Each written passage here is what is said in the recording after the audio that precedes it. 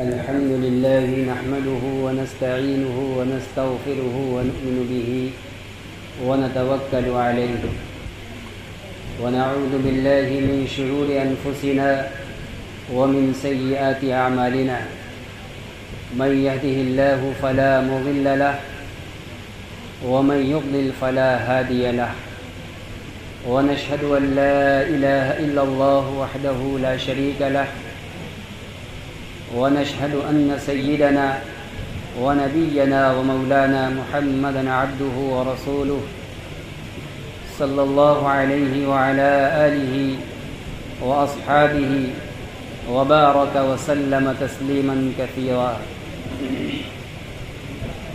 أما بعد فأعوذ بالله من الشيطان الرجيم. بسم الله الرحمن الرحيم.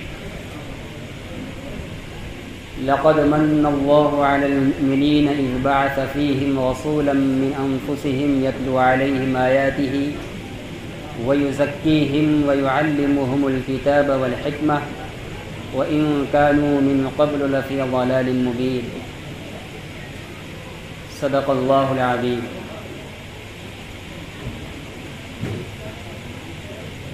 محترم علماء کرام،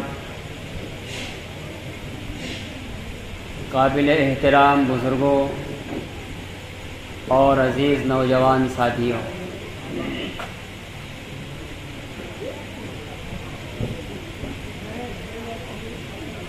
ابھی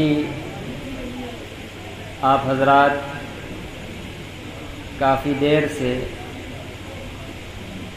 سیرت طیبہ علی صاحبہ الصلاۃ والسلام کے مختلف عنوان اور مختلف گوشوں سے متعلق عظیم المرتبت علماء کرام کے انتہائی مفید اور ضروری اور وقت کے تقاضے کے عین مطابق بیانات سماعت کر رہے تھے، اور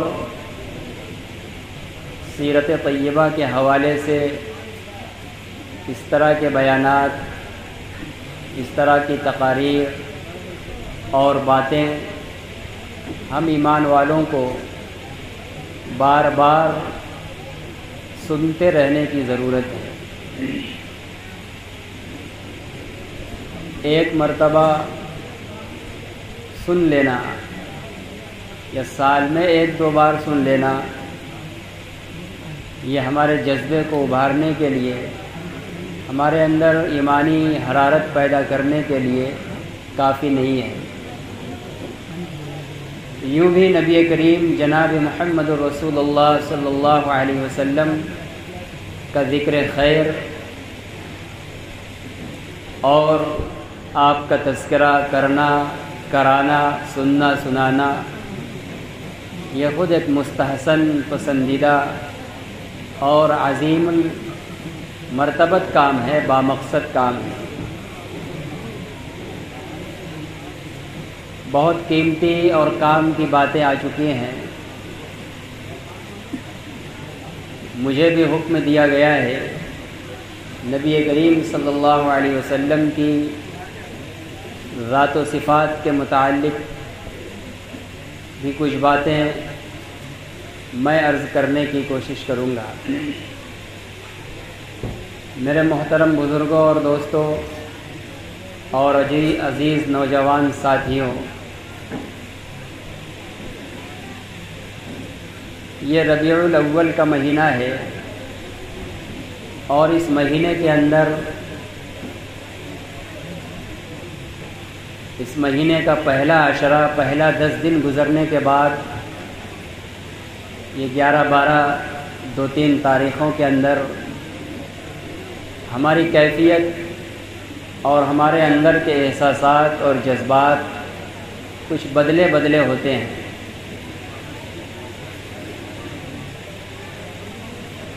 کسی کے جذبات بدلتے ہیں تو بہرحال عقیدت، محبت اور پھر اس عقیدت اور محبت کے تقاضے سمجھنے اور جاننے کی کوشش کرتے ہیں، اور کسی کے اندر اس مہینے کی ان تاریخ کے اندر جب جوش و جذبہ اور کچھ تبدیلی اور بدلاؤ نظر آتا ہے تو کچھ وہ دوسرے جوش و خروش والے کاموں میں لگے ہوئے نظر آتے ہیں۔ لیکن بہرحال کسی بھی طبقے سے تعلق رکھنے والے لوگ ہوں، کسی بھی قسم کے لوگ ہوں، اس مہینے کے اندر نبی کریم علیہ الصلاۃ والسلام کی ذات کے حوالے سے نفس کے اندر جذبہ، ایمانی حرارت اور عقیدت و محبت موجزن ہوتی ہے۔ اس مہینے سے نبی کریم علیہ الصلاۃ والسلام کی ذات کا 4 تعلق وابستہ ہے۔ اسی مہینے کی بعض تاریخ کے اندر جو اتفاقی طور پر قدرت کی مصلحت کی بنا پر متعین نہیں ہو سکی ہے، مورخین اور سیرت نگاروں نے اختلاف کیا ہے، لیکن بہرحال مہینہ یہی ہے۔ اس مہینے میں آپ کی ولادت ہوئی، اور اسی مہینے کی 12 تاریخ کو متفقہ طور پر آپ کا وصال مبارک ہوا، اور اسی مہینے میں آپ کے اوپر پہلی وحی اتری، اور اسی مہینے میں آپ نے مکہ مکرمہ کے کفار و مشرکین کے ظلم و ستم سے عاجز ہو کر مدینہ طیبہ کی طرف ہجرت فرمائی۔ اور یہ تینوں بڑی عظیم چیزیں ہیں، گویا اس مہینے کے اندر یہ 4 بڑی عظیم المرتبت اور بہت ہی اونچی چیزیں اس مہینے سے وابستہ ہیں۔ آپ کی ولادت جو دنیا والوں کو تمام قسم کے خیرات و بھلائیاں حاصل کرنے کا اولین سرچشمہ ہے۔ نبوت تو بعد میں آپ کو ملی ہے، لیکن اس سے پہلے ولادت ہوئی ہے۔ اسی طرح جب نبوت سے نوازا جاتا ہے اور پہلا خدائی پیغام اور میسیج آتا ہے، اور آپ کی ولادت کا جو مقصد تھا، اس مقصد میں جب آپ کو لگا کر، اس مشن میں آپ کو لگا کر وہ ڈیوٹی دینا شروع کرایا جاتا ہے، تو اس کے لیے بھی انتخاب اسی مہینے کا کیا جاتا ہے۔ اور مکہ مکرمہ کے ظلم و ستم سے عاجز ہو کر جب مدینہ طیبہ کی ہجرت کا حکم ہوتا ہے، جس ہجرت کے بعد اسلام کا بے نظیر اور زبردست بول بالا اور اسلام کا پھیلاؤ ہوا ہے، اس ہجرت کے لیے بھی اسی مہینے کا انتخاب ہے۔ اور 23 سال کی مختصر سی مدت کے اندر جب محسن انسانیت جناب محمد رسول اللہ صلی اللہ علیہ وسلم نے خدائی تعلیمات کے ذریعے اپنے قلب اطہر پر آنے والی وحی کے ذریعے تاریخی طور پر بگڑی ہوئی دنیا کو ایک بہترین اور نمونے کا معاشرہ بنا دیا، اور معاشرے کو بنانے والے اصول اور احکام کی تکمیل کا اعلان کر دیا گیا، اور پھر اب یہ سمجھا گیا کہ آپ کے آنے کا مقصد اور مشن پورا ہو چکا ہے۔ دنیا والوں نے مکمل آپ سے خدائی تعلیمات کو، دین کو، شریعت کو قبول کر لیا ہے، اس لیے اب آپ کی دنیا میں ضرورت باقی نہیں ہے، آپ کو اللہ کے حضور میں حاضر ہو جانا ہے۔ تو 23 سال اپنے مشن کو پورا کرنے کے بعد جب اللہ کے حضور میں حاضر ہونے کا وقت آ رہا ہے، تو اللہ نے اس کے لیے بھی اسی ماہ ربیع الاول کا انتخاب فرمایا ہے۔ اللہ کے تکوینی نظام میں، اس کے سسٹم میں بلا شبہ اس ماہ کی کوئی حیثیت اور وقعت ہے۔ یہ سب کچھ اتفاقی طور پر نہیں ہوا ہے کہ اتفاق سے آپ کی ولادت ہو گئی اسی ماہ میں، اتفاق سے ہجرت ہو گئی، اتفاق سے وحی چلے آئی، اتفاق سے آپ کی وفات ہو گئی، ایسا کچھ نہیں ہے۔ اللہ کے نظام میں جو کچھ ہے وہ لوح محفوظ میں اس کائنات کی تخلیق سے 50,000 سال پہلے سب لکھا لکھایا ہے۔ دنیا میں اسی طے شدہ نظام کا نفاذ ہو رہا ہے، کچھ بھی اتفاقی نہیں ہے۔ تو بہرحال کہنے کا مقصد یہ ہے کہ 4 عظیم چیزیں جن کا تعلق نبی کریم علیہ الصلاۃ والسلام کی ذات سے ہے، ان 4 چیزوں کو اللہ نے اسی ماہ ربیع الاول کے اندر وجود بخشا ہے۔ اس لیے اس ماہ کے اندر آپ کی یادوں کا بڑھ جانا، عقیدت اور محبت کا جوش مارنے لگنا بلا شبہ قابل قدر ہے اور ہونا بھی چاہیے۔ لیکن ان جذبات کا اظہار کیسے ہو اور عقیدت و محبت کیسی ہو، یہ ساری چیزیں ہمیں سیکھنے کی ضرورت ہے۔ جس طریقے سے ہم نماز سیکھنے میں، قرآن سیکھنے میں، عبادات سیکھنے میں، تمام شرعی تعلیمات سیکھنے میں نبی کی ہدایت کے محتاج ہیں، اسی طرح خود نبی کو پہچاننے میں، نبی کا مقام و مرتبہ جاننے میں، اس کی عظمت و محبت اور عقیدت اپنے دل کے اندر بسانے میں، اس کے طور و طریقے میں ہم نبی کے اور ان کی تعلیمات کے محتاج ہیں۔ یہ نہیں کہ خدائی عبادات کا طور و طریقہ تو ہم نبی سے لیں گے اور نبی کی آمد کا استقبال اور نبی کے وفات کے دن گزارنے کا طریقہ اور نبی سے محبت کا طریقہ وہ ہمارا منمانی ہو، نہیں چلے گا۔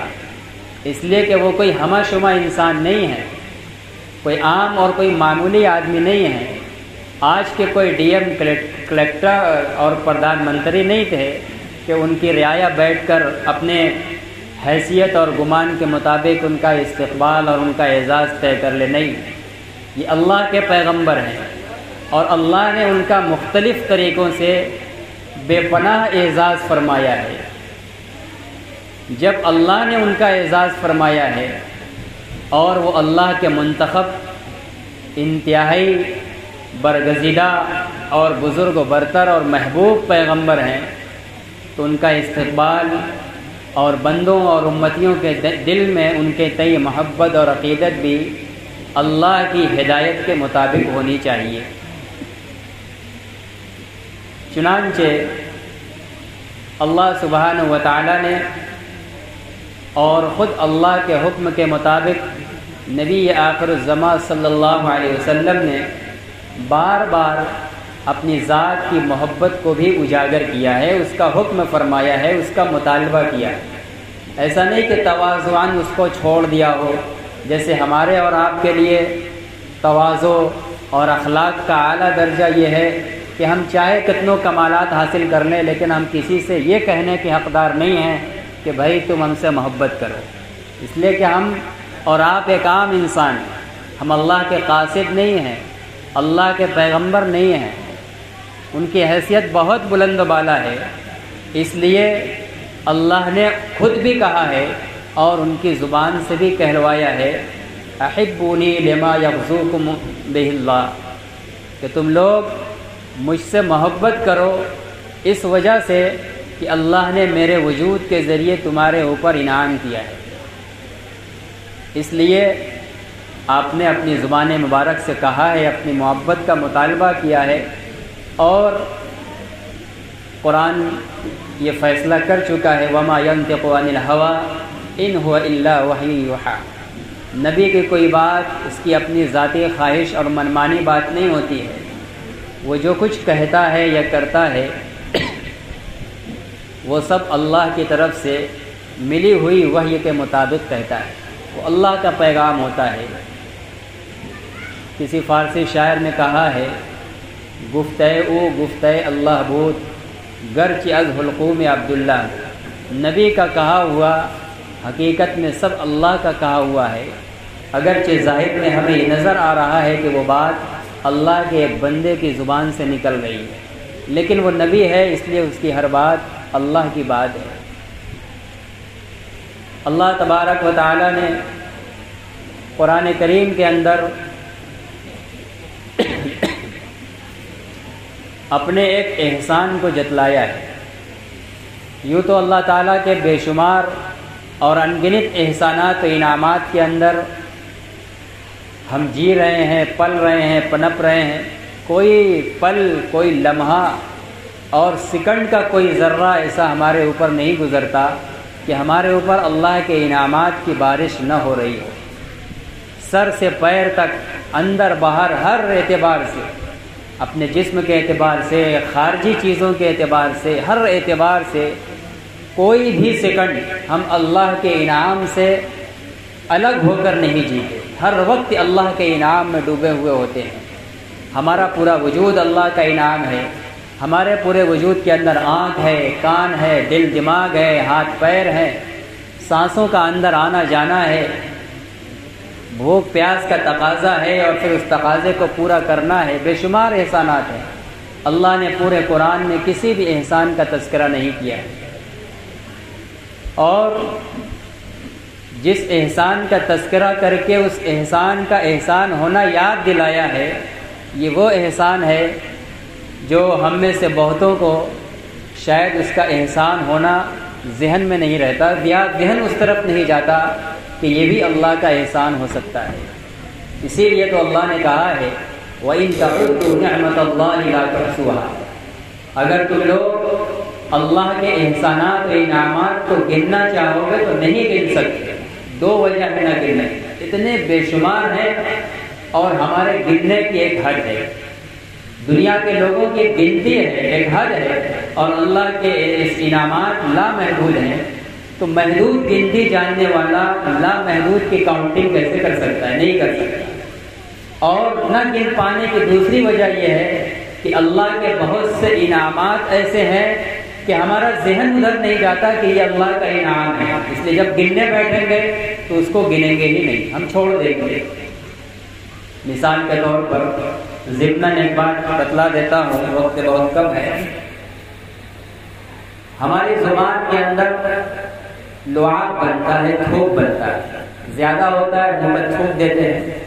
کبھی ذہن و دماغ کے اندر یہ خیال آتا ہے کہ یہ اللہ کی نعمت ہے، کبھی بھی ہمارے دل کے اندر نہیں آتا کہ یہ اللہ کی نعمت ہے اور اللہ کا کوئی عظیم ہمارے اوپر احسان ہے۔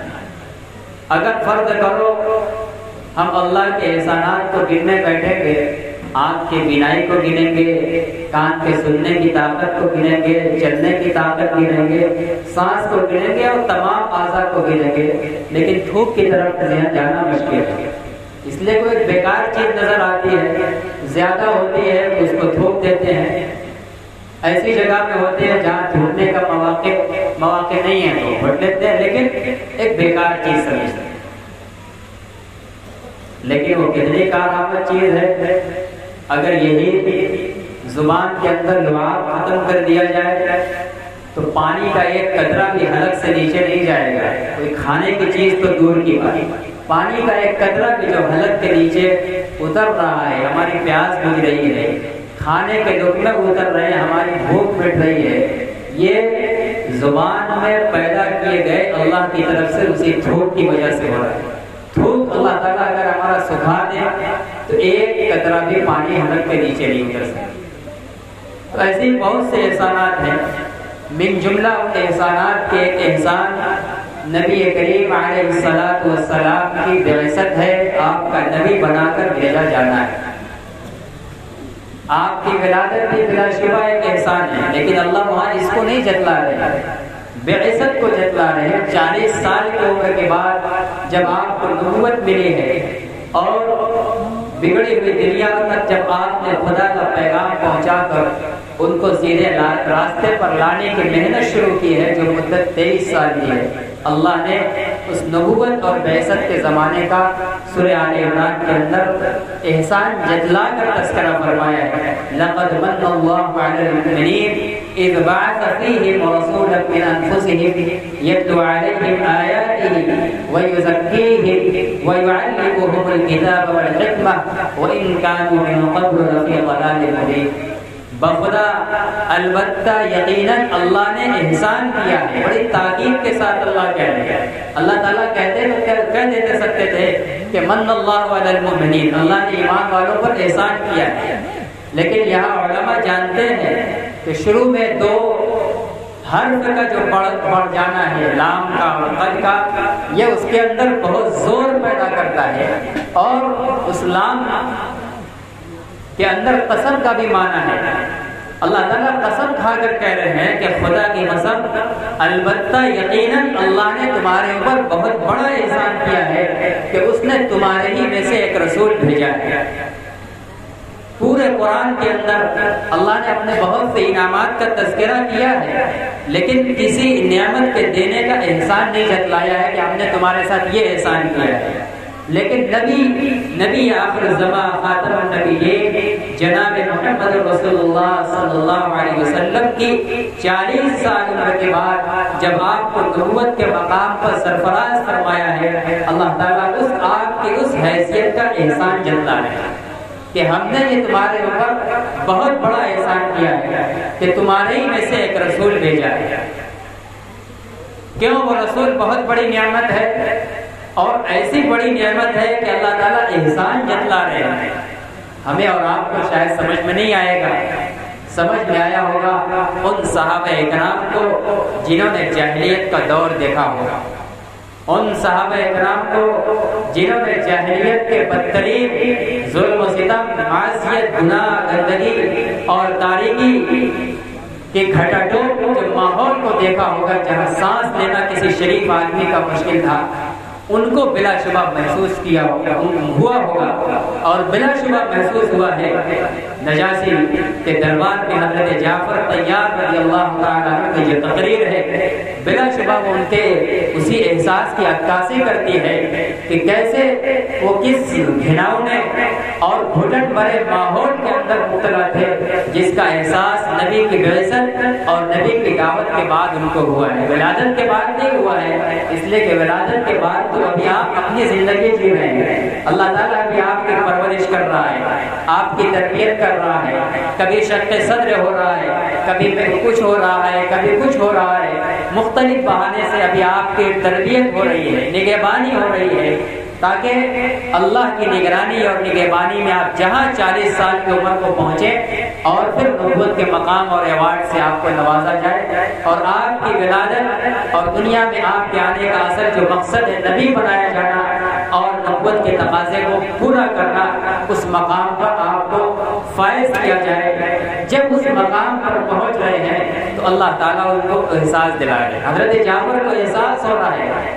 اور بڑے درد مندانہ انداز میں بیان کر رہے ہیں کہ بادشاہ، ہم جاہل لوگ تھے، گنوار لوگ تھے، کمزور، ہم ظالم، ہم میں کا طاقتور کمزوروں کو ستاتا تھا، ہم یتیموں کا مال کھاتے تھے، ہم عورتوں کی عزتیں لوٹتے تھے، ہم شراب نوشی کرتے تھے، جوا کھیلتے تھے، ایسے کون سے جرائم تھے جو ہمارے اندر نہیں تھے؟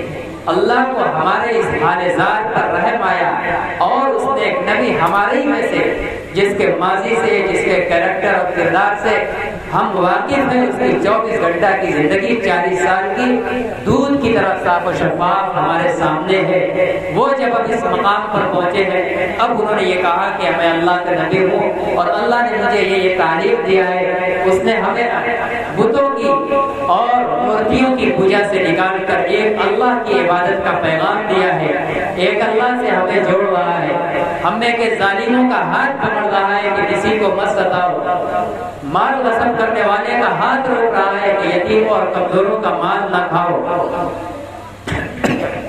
بدکاروں کا ہاتھ پکڑ رہا ہے کہ کسی عورت کی عزت و آبرو کو تار تار نہ کرو، اپنی معصوم بچیوں کو زندہ درگور نہ کرو۔ ہمیں اس کی یہ تعلیم پسند آئی، ہم اپنے پچھلے اور ماضی کے حال سے عاجز تھے، کرا رہے تھے، اللہ نے ہمارے اس حال پر رحم فرمایا، ایک ایسا عظیم المرتبت صاف ستھرا پاکیزہ زندگی والا پیغمبر دیا ہے، اس نے ہمیں یہ تعلیم دی ہے، ہم نے اس کی بات قبول کر لی، بس یہی ہمارا جرم ہے، ہماری قوم ہم پر ظلم کر رہی ہے اور ہم کو ہمارے وطن سے نکالنا چاہ رہی ہے۔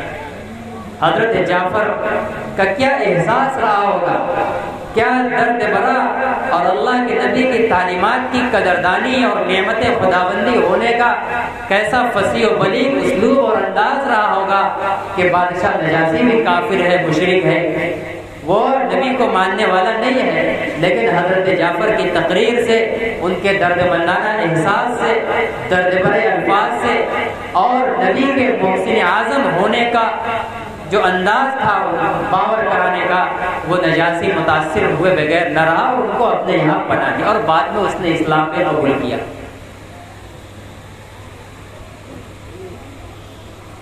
تو نبی آپ صلی اللہ علیہ وسلم اللہ تعالیٰ کے عظیم انعام ہے، بہت بڑی نعمت ہے، بہت بڑی نعمت ہے، اس کا جتنا بھی شکر ادا کیا جائے کم۔ اور اس نبی کو اللہ نے بے شمار فضائل و کمالات سے نوازا ہے۔ تمام نبی دوسرے تمام انسانوں کے مقابلے میں اکمل، افضل، اعلیٰ اور برتر ہوتے ہیں، ہم سب کا عقیدہ ہے۔ ادنا سے ادنا، معمولی سے معمولی علم رکھنے والا انسان بھی جانتا ہے، نبی سے عجیب و غریب والہانہ تعلق اور محبت ہوتی ہے ہر مسلمان کے دل کے اندر۔ لیکن نبیوں کی جماعت میں سرخین ہیں، تمام کمالات کے امام ہیں، اور تمام کمالات و فضائل کی بلندی اور اعلیٰ مقام پر فائز ہیں نبی آخر الزماں جناب محمد رسول اللہ صلی اللہ علیہ وسلم۔ خود نبی اکرم صلی اللہ علیہ وسلم کی زبانی بیان کروایا گیا ہے۔ ابھی آج ہی مشکات شریف کے اندر ایک باب ہے فضائل سید المرسلین صلوات اللہ علیہ وسلم، حدیث کی مشہور کتاب ہے، ہماری مسجد میں اس کا ہفتہ واری درس ہوتا ہے، آج ہی وہ درس کیا گیا ہے۔ اللہ کے نبی نے اپنا عالی نسب ہونا بیان فرمایا ہے، سیدنا ابو ہریرہ اور حضرت واثقہ ابن الاسقا رضی اللہ تعالی عنہما، یہ دونوں صحابی رسول آپ کے عالی نسب ہونے کو بیان کر رہے ہیں۔ آپ کا ایک کمال یہ ہے کہ آپ دنیا کے تمام لوگوں کے مقابلے میں نسل در نسل اچھوں کے درمیان سے منتقل ہو کر آئے ہیں۔ ان کا اوپر جتنا شجرہ ہے حضرت آدم علیہ السلام تک، ان کے شجرے کے اندر کوئی بھی ایسا نہیں ہے جو اپنے سماج کا انتہائی معزز، انتہائی شریف، انتہائی نجیب اور سماج سیوک اور سماج میں اعلیٰ اخلاق و کردار کا حامل نہ رہا ہو۔ حضرت آدم سے لے کر سیدنا ابراہیم تک، سیدنا ابراہیم سے لے کر قریش تک، قریش سے لے کر بنو ہاشم تک، اور جتنے اوپر ہیں سب کے سب میں جتنے آپ کے آباء و اجداد میں آتے ہیں سب شریف النسب لوگ تھے، اعلیٰ اخلاق و کردار پر فائز لوگ تھے۔ کسی ایک کی زندگی کے اندر دھبا اور داغ لگا نہیں ہوا تھا سماجی اور انسانی جرم کا، اگرچہ کوئی رہا ہو اسلام پر نہ رہا ہو، دوسرے مذہب پر رہا ہو، یہ الگ چیز ہے، لیکن ایک فطرت کے اعتبار سے، ایک انسان کے اعتبار سے سب ایک پاک اور صاف ستھرے انسان تھے۔ اللہ کے نبی فرماتے ہیں کہ ایسے عالی نسب سے مجھے نسل در نسل منتقل کیا گیا، یہاں تک کہ میں اس طبقے میں اور اس وقت میں پیدا ہوا جس طبقے میں آج تمہارے سامنے ہوں۔ اور پھر اللہ کے نبی عام انسانوں کی طرح اپنے اسی فضائل و کمال پر بے درم سلطان بدھ والا نعرہ لگانے والے نہیں ہیں، جیسے ہم اور آپ میں سے کوئی ہو جائے، کسی کا باپ، کسی کے دادا، کوئی سماج اور بڑے خاندان کے ہو، سماج کے کوئی معزز ہو اور ان کی سماجی اور سوسائٹی کے اعتبار سے ان کی کوئی اعلیٰ خدمات ہوں، اونچے لوگ ہوں، اور پھر ان کی کوئی اولاد ہو جائے، وہ اگر کچھ نہ بھی کرے تو فخر کرتے ہم فلاں کی اولاد ہے۔ ہمارے نبی آخر زمان صلی اللہ علیہ وسلم صرف عالی نسب والے نہیں تھے۔ پیدرم سلطان بدھ آپ کا کردار نہیں تھا کہ ہمارے باپ دادے ایسے تھے، ہمارے باپ جد اعلیٰ تو حضرت ابراہیم تھے جو اللہ کے بڑے چہیتے پیغمبر تھے، اور ان کی اولاد حضرت اسماعیل تھے اور فلاں تھے، اور ہمارے دادا عبد المطلب تو خانہ کعبہ کے متولی تھے، حاجیوں کی خدمت کرتے تھے، کھانا کھلاتے تھے، سب کچھ تھا، لیکن آپ کے لیے صرف یہی کمال نہیں تھا، پھر ذاتی طور پر اللہ نے آپ کو ایسے ایسے کمالات دیے ہیں جو آپ کے ان آباء و اجداد کے اندر نہیں تھے۔ اللہ کے نبی نے احادیث کے اندر بیان فرمایا بہت سے کمالات ہیں، من جملہ ایک کمال میں جلدی بیان کرتا ہوں، ساری حدیثوں کو پڑھا جائے گا تو وقت کافی ہو جائے گا۔ آپ نے فرمایا ختم بھی نبی، آپ کو آخری نبی بنایا گیا ہے، سلسلہ نبوت جو اللہ نے چلایا تھا حضرت آدم سے، آپ کے ذریعے اس کو مکمل فرما دیا، یہ آپ کا ایک کمال ہے۔ اور ایسی طرح تکمیل فرمائی ہے کہ اب قیامت تک آپ کے بعد کوئی نیا نبی پیدا نہیں ہو سکتا۔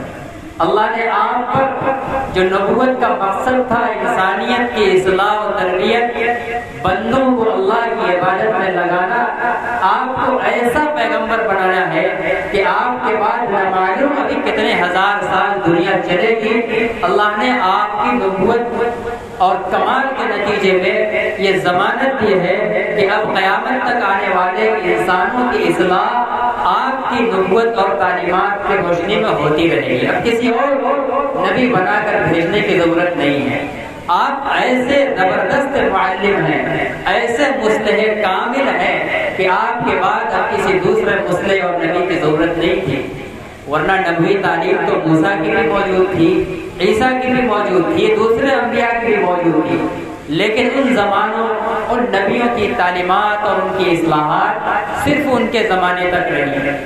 جب وہ دنیا سے چلے گئے، جنہوں نے براہ راست ان کو تسلیم کیا تھا، قبول کیا تھا، جتنے دن تک ان کی زندگی رہی وہ دین موسیٰ اور عیسیٰ اور اپنے نبیوں کی تعلیم پر چلتے رہے۔ جہاں ان کی اولاد آئی انہوں نے عیسیٰ کو دیکھا، نہ ڈائریکٹ تعلیمات کو دیکھا، عدلنا بدلنا شروع کر دیا، براہ راست سے ہٹ گئے۔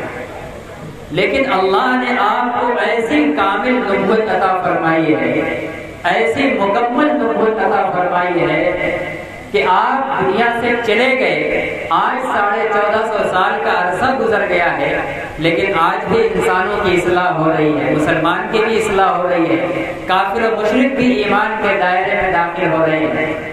حضرت موسیٰ علیہ السلام یا حضرت عیسیٰ اور آپ صلی اللہ علیہ وسلم کے درمیان صرف 600 سال کا فاصلہ تھا۔ جس وقت آپ کی ولادت ہوئی ہے 100% حضرت عیسیٰ کی شریعت پر عمل کرنے والا اس دھرتی پر کوئی ایک بندہ موجود نہیں تھا۔ صرف 600 سال میں شریعت عیسوی دنیا سے اٹھ گئی، ماننے والا کوئی نہیں رہا۔ آج 1450 سال کا عرصہ گزرا ہے، لیکن الحمدللہ قرآن کے حفاظ، قرآن کے معنی اور مطالب کو جاننے والے، قرآن کے تقاضوں پر عمل کرنے والے، شریعت محمدیہ کو سینے سے لگانے والے ہزاروں کروڑوں موجود ہیں۔ اور ایسا نہیں کہ جو باپ دادے سے موجود ہے وہی ہے، بلکہ نئے در نئے سلسلے میں مسلسل داخل ہوتے چلے جا رہے ہیں۔ یہ آپ کے ختم نبوت کا کمال ہے، اللہ نے جو آپ کو خاتم النبیین بنایا ہے۔ اور خاتم کا معنی جو عام طور سے ہمارے ذہن میں ہے صرف آخری نبی، یہ مطلب نہیں ہے صرف اس کا، بلا شبہ خاتم کا معنی آخری نبی بھی ہے، لیکن خاتم کہتے ہیں اس انسان کو بھی جس کے اندر کسی وصف کا کامل اور اعلیٰ درجہ موجود ہے۔ جیسے آپ خاتم النبیین ہیں، اس کا ایک مطلب یہ ہے کہ آپ آخری نبی ہیں، بلا شبہ سلسلہ اللہ نے جو دنیا میں بھیجنے کا جاری فرمایا آخری نبی تھے، لیکن آپ کے اندر جو وصف نبوت رکھا ہے، جو نبوت کا کمال آپ نے اندر رکھا ہے، وہ ایسا کامل درجے کا تھا کہ حضرت آدم سے لے کر عیسیٰ تک کسی اور نبی کے اندر نبوت تو تھی، لیکن وہ مقام، وہ کردار اور نبوت کا وہ کامل درجہ جو حضرت محمد رسول اللہ صلی اللہ علیہ وسلم کی ذات میں رکھا گیا ان سابقہ انبیاء کے اندر نہیں تھا۔ حضرت آدم سے لے کر عیسیٰ تک تمام نبیوں کی نبوت کو اور ان کے کمالات کو اکٹھا کر لیا جائے اور سید الانبیاء والمرسلین جناب رسول اللہ صلی اللہ علیہ وسلم کی ذات کے اندر جو نبوت کا وصف رکھا گیا ہے اس کو ایک طرف رکھا جائے، ان تمام نبیوں کا یکجا نبوت کا وصف آپ کے نبوت کے وصف کے مقابلے میں کم تر ہے۔ ایسا کامل وصف دیا گیا، وہ خطیب بیت مجھ کو ختم نبوت سے نوازا گیا ہے، یعنی نبوت کا اعلیٰ اور کامل اور اصل مقام دیا گیا ہے، اور جتنے اور انبیاء ہیں یہ اسی کا صدقہ ہے، اسی میں سے نکال کر دیا گیا ہے۔ گویا اصل نبوت کا وصف اور کمال آپ کی ذات میں اللہ نے رکھا ہے، اور نبوت کی کرن آپ کے اندر جلائی ہے تو وہ اجالا اور روشنی پڑی ہے، تو اس کا کچھ حصہ حضرت آدم کے اندر گیا، کچھ نوح کے اندر گیا، کچھ سیس کے اندر گیا، کچھ ابراہیم و اسماعیل کے اندر گیا، کچھ یعقوب و اسحاق کے اندر گیا، کچھ موسیٰ اور عیسیٰ علی نبینا وعلیہ الصلاۃ والتسلیم کے اندر گیا، لیکن سب کی اصل اور کمال اور اس کا مغز جناب رسول اللہ صلی اللہ علیہ وسلم کے اندر ہوا۔ جیسے اس کی ایک مثال، یہ ٹیوب لائٹ ہے مارکری، اصل لائٹ اس کے اندر ہے، یہ جو یہ جگہ روشن ہے یا لائٹ نہیں ہے، یہ اس کا عکس سے پڑ رہا ہے، اس کی کرن پڑ رہی ہے، ورنہ اس کو آپ بند کر دیں گے تو زمین اور یہ اسٹیج اندھیرا ہو جائے گا۔ اسٹیج کے بچھاوٹ پر اس زمین کی گلی کے پتھر پر کوئی اجالا نہیں ہے، یہ جو پردہ ہے یہ عکس ہے اس مارکری کا۔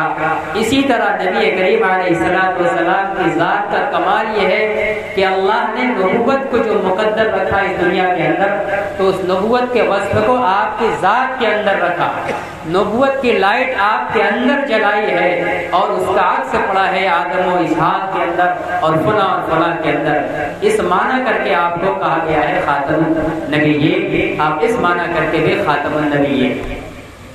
حجت الاسلام حضرت مولانا محمد قاسم نانوتوی علیہ الرحمہ بانی دارالعلوم دیوبند نے اپنی ایک پتلی سی کتاب کے اندر 10-12 صفحے کیے، لیکن بڑی علمی اور گہری کتاب ہے، اسی مسئلے کو لکھا ہے اور انہوں نے سمجھایا ہے۔ اور یہ کمال ہے سرزمین دیوبند کے اس سرخیر کا، اس امام کا، اور بعد کے زمانے میں دین اسلام کے برحق ہونے کے دلائل میں سے ایک دلیل کا حضرت امام قاسم نانوتوی کا کہ یہ بات ان سے پہلے کسی نے نہیں لکھی ہے، یہ الہام فرمایا ہے اللہ نے ان کے قلب کے اندر علماء دیوبند کے سرخیر امام قاسم نانوتوی میں یہ بات انہوں نے لکھی، جس سے ہمارے بہت سے بھائیوں کو پیٹ میں درد ہوا کہ یہ اتنی زبردست بات جو آپ کے کمال کو اور خاتم النبیین ہونے کو بہت کامل طریقے پر واضح کرتی ہے، اس سے آپ کے مقام پر ایسا چار چاند لگتا ہے کہ اگر اللہ اس کے علاوہ کسی اور کمال کو نہ دیے ہوئے ہوتا تو آپ کے فردی انسانیت میں نہیں پوری تمام مخلوقات میں برتر و بالا ہونے کے لیے یہی ایک وصف ختم نبوت کافی ہے۔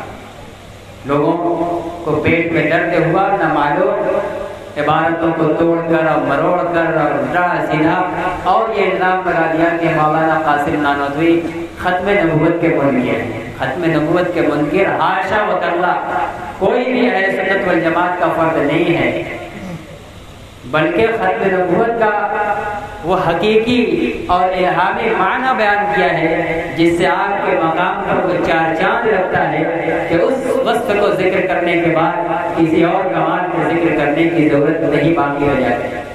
پیٹ میں درد، بہرحال اللہ کے نبی خاتم النبیین ہیں، اللہ کے نبی قیامت کے دن بنو آدم کے سردار ہیں، اللہ کے نبی قیامت کے دن سب سے پہلے اپنی قبروں سے اٹھنے والے ہیں، سب سے پہلے آپ اللہ کے حضور میں لوگوں کی سفارش کرنے والے ہیں، آپ سے پہلے کسی نبی کی ہمت بھی نہیں ہو سکے گی سفارش کرنے۔ بہت سے کمالات ہیں، ایسے عظیم نبی کو اللہ تعالیٰ نے ہمیں مرحمت فرمایا ہے اور اس کا امتی ہمیں بنایا ہے، تو کیا اللہ ہمیں احسان نہیں جتلائے گا؟ ایسے کمال اور ایسا عظیم المرتبت نبی ہم سے پہلے کسی کو نہیں ملا، اور اللہ نے ایسا انتظام فرمایا کہ آج 1400 سال بعد ہم لوگ بھی ان کے امتی ہو گئے، ورنہ حضرت عیسیٰ کے گزرنے کے بعد 100 سال کے بعد بھی کوئی عیسیٰ کا امتی نہیں رہ سکا، ان کے دین پر نہیں رہ سکا۔ آج 1450 سال گزرنے کے بعد بھی ہم حضرت محمد رسول اللہ کے امتی ہیں، اور ہم میں سے جو چاہے، ہمارے سماج کا کوئی بھی نان مسلم چاہے حضرت محمد رسول اللہ کی امت میں داخل ہونا، اس کے لیے راستہ کھلا ہوا ہے۔ حضرت عیسیٰ کی امت میں داخل ہونے کا راستہ نبی اکرم صلی اللہ علیہ وسلم کی بعثت سے پہلے نہیں تھا، موسیٰ کی امت میں داخل ہونے کا راستہ نہیں تھا، اس لیے کہ ان کو پہچاننے کے، ان کی نبوت کو حق سمجھنے کے جو دلائل تھے، معجزات تھے، ان کے زندگی کے اندر تھے۔ ان نبیوں کے دنیا سے وفات پانے کے ساتھ ساتھ ان کے معجزات بھی ناپید ہو گئے، ختم ہو گئے۔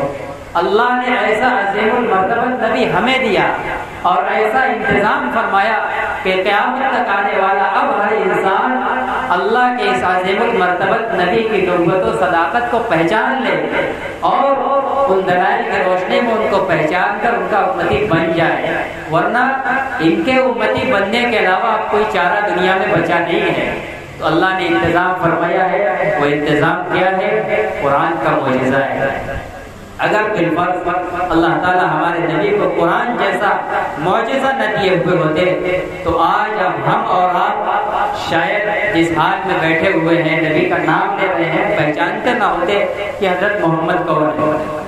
اور جس ہندوستان کے کفر و شرک اور بت پرستی کے ماحول میں ہم لوگ رہے ہیں، شاید وہی سب کام ہم لوگ بھی کیے ہوئے ہوتے۔ اللہ نے آپ کو خاتم النبیین بنایا ہے، یہ ایک کمال، اور ساتھ میں قرآن جیسا عظیم معجزہ دیا ہے کہ قیامت تک لوگ اس کو پڑھتا جائے گا، قریب آتا جائے گا، ہمارے لاڈلے پیغمبر کو پہچانتا جائے گا، اس کا امتی ہوتا جائے گا اور اس کی جنت کا راستہ ہموار ہوتا جائے گا۔ تو ایسے باکمال عظیم المرتبت نبی کو ہمیں اللہ نے دیا ہے۔ اللہ تعالیٰ احسان جتلا رہے ہیں کہ ہم نے تمہارے درمیان تمہارے میں سے ایک نبی بھیجا ہے۔ اللہ کا بہت بڑا احسان ہے۔ اس احسان کی قدردانی کیا یہی ہے کہ 12 ربیع الاول کو صرف ہم جھنڈیاں لگا لیں، کمکمے لگا لیں اور چند الفاظ کی نعرے بازیاں کر لیں، کچھ جذباتی باتیں پکڑ لیں، ظاہر ہے کہ یہ کافی نہیں۔ کیوں اللہ احسان جتلا رہا ہے؟ احسان اور اس نبی کے ہمارے اوپر محسن اعظم ہونے کے آگے اللہ تعالیٰ تفصیل بیان کر رہا ہے۔ کیوں یہ نبی تمہارے اوپر ہمارا ایسا احسان ہے کہ ہمیں احسان جتلانا پڑ رہا ہے، اس لیے کہ یتلو علیہم آیاتہ، اس وہ نبی اللہ کی کتابیں تم کو پڑھ پڑھ کر سناتا ہے۔ وہ نبی اپنی زندگی میں پڑھ پڑھ کر سنایا۔ نبی کے جانے کے بعد نبی نے معجزانہ طور پر ایسے اپنے جانشین چھوڑے ہیں کہ وہ جانشین قیامت تک اس کتابوں کو پڑھ پڑھ کر لوگوں کو سناتے رہیں گے، پڑھاتے رہیں گے۔ کوئی ثابت کرے کہ حضرت موسیٰ علیہ السلام نے اپنی امت کو تورات پڑھ کر سنائی تھی، حضرت عیسیٰ نے انجیل پڑھ کر سنائی تھی؟ ان کا یہ وظیفہ نہیں تھا، ان کی یہ ڈیوٹی نہیں تھی۔ ان کو لکھی لکھائی ملی اور قوم کو دے دو، پڑھ کر سنانا یہ نبی کی ذمہ داری نہیں تھی۔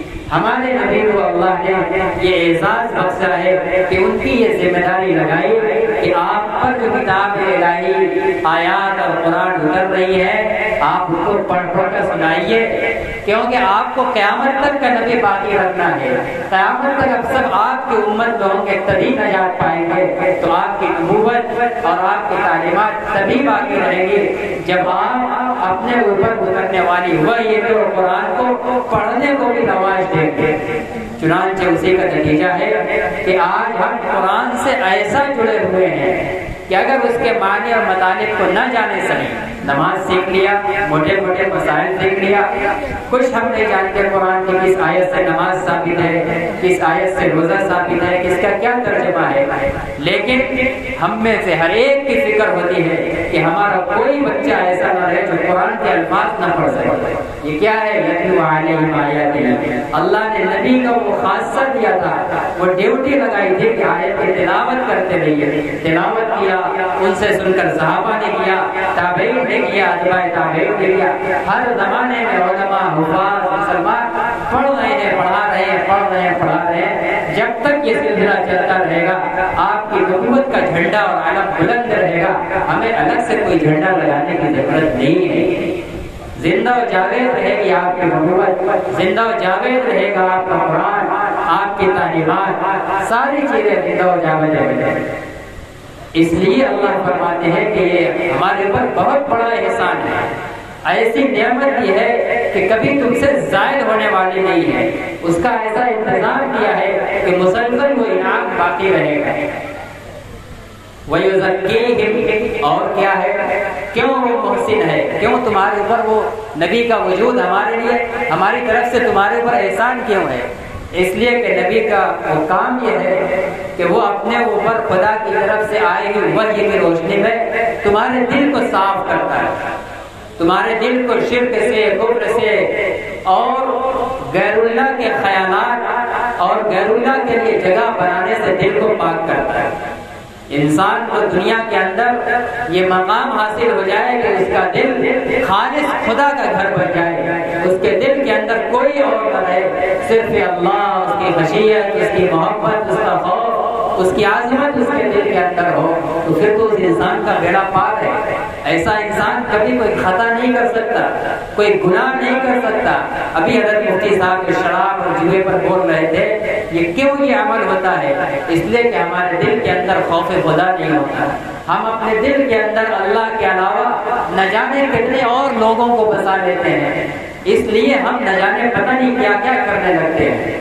لیکن اگر دل صرف خدا کا گھر بن جائے، خدا کی محبت، خدا کی عظمت، خدا کے خوف اور ڈر کے علاوہ دل میں کچھ نہ ہو تو وہ انتہائی دنیا کا صاف و شفاف، پاکیزہ اور بہت ہی باعظمت دل ہے، اللہ کا پسندیدہ دل ہے۔ اس نے اپنے دل کو خانہ خدا بنا لیا ہے، وہ دل کبھی ناکام و برباد نہیں ہو سکتا۔ تو یہ مطلوب ہے کہ ہمیں ایسا دل مل جائے، اور اللہ نے اس کا انتظام ایسا فرمایا ہے کہ ایسا دل بغیر ہمارے نبی کے پاس آئے ہوئے نہیں ہو سکتے۔ یہ نبی کی تعلیم ہے، نبی کی ڈیوٹی ہے کہ وہ لوگوں کے دل کو صاف کرتے ہیں، غیر اللہ کو نکالتے ہیں، صرف اللہ کو بساتے ہیں۔ انہوں نے صحابہ کی ایسی تربیت کر کے ان کے دل کے اندر اللہ کو ایسا بسایا کہ وہ بھی تزکیہ کرنے والے بن گئے، تابعین بھی بن گئے، اتباع تابعین بھی بن گئے۔ ہر زمانے میں پورے تسلسل کے ساتھ کسی ایک صدی میں بھی، کسی ایک سال میں بھی تزکیہ کا، دل کے اندر خالص اللہ کو بسانے اور اللہ کے علاوہ کو نکالنے کی محنت کا عمل کبھی بھی موقوف نہیں ہوا ہے۔ آج علماء ربانیین، صوفیاء کرام، مشائخ اعظام اسی اسناد متصل کے ساتھ، تسلسل کے ساتھ تزکیہ نفس کا جو وظیفہ نبی دے کر گئے ہیں، آج امت اس کو پکڑے ہوئے کر رہی ہے، اور ہزاروں کروڑوں بندگان خدا اپنے دل کو ایسا بنانے کی محنت میں لگے ہوئے ہیں کہ دل صرف خانہ خدا بنا رہے، دل کے اندر غیر اللہ نہ رہے۔ جب دل کی یہ کیفیت بن جائے گی، نہ شراب اچھی لگے گی، نہ جوا اچھا لگے گا، نہ زنا اچھا لگے گا، نہ نماز چھوڑنا اچھا لگے گا، نہ کسی کو ستانا اچھا لگے گا، نہ حرام مال کھانا اچھا لگے گا۔ تمام برائیاں دل کے اندر سے ناپید ہو جائیں گی۔ اس دل سے دل سے اچھائیوں کا، بھلائیوں کا، نیکیوں کا، اللہ کی عبادت کا، مخلوق کی نفع رسانی کا کام ہوگا۔ وہ انسان خیر الناس سے من ينفع الناس کی عملی تصویر ہوگا، وہ بہترین انسان ہوگا، لوگوں کو نفع پہنچانے والا ہوگا۔ یہی انسان دنیا کے اندر مطلوب ہے، اور وہ نبی کی جو ڈیوٹی تھی تزکیہ نفس کی، وَيُزَكِّيهِمْ، لوگوں کے دلوں کو پاک و صاف کرنے کی ڈیوٹی یہ نبی نے دیا ہے، اور یہ طریقہ دنیا کو نبی نے دیا ہے، اور اس کے بغیر دنیا میں انسان انسان بن کر نہیں رہ سکتا۔ اس کے اندر حیوانیت ہوگی، درندگی ہوگی، ظلم ہوگا، زنا ہوگا، بدکاری ہوگی، خواہشات و لذات کے پیچھے بھاگنے کا اندھا شوق ہوگا۔